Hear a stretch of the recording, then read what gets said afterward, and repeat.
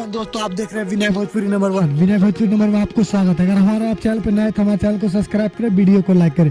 तो चलिए आपको वीडियो को डिटेल में बताते हैं। बता दें जो कि भोजपुरी में सबसे बड़ी खबर निकल कर जी दोस्तों, बता दें जो खेसारी लाल का एक नया सॉन्ग जो कि तबला है, जो कि भोजपुरी में ट्रेंडिंग में चल रहा है और ये काफ़ी ज़्यादा जो कि अच्छा सॉन्ग है। ये भोजपुरी में तो हल्का मचा रहा है। इसी बीच एक सोशल मीडिया पे वीडियो वायरल हो रहा है, जो कि बता दें जो कि विराट कोहली एक ऑस्ट्रेलिया T20 वर्ल्ड कप खेलने के लिए गए हैं, वहाँ से एक वीडियो आ रहा है जो कि सोशल मीडिया पे काफ़ी ज़्यादा वायरल हो रहा है।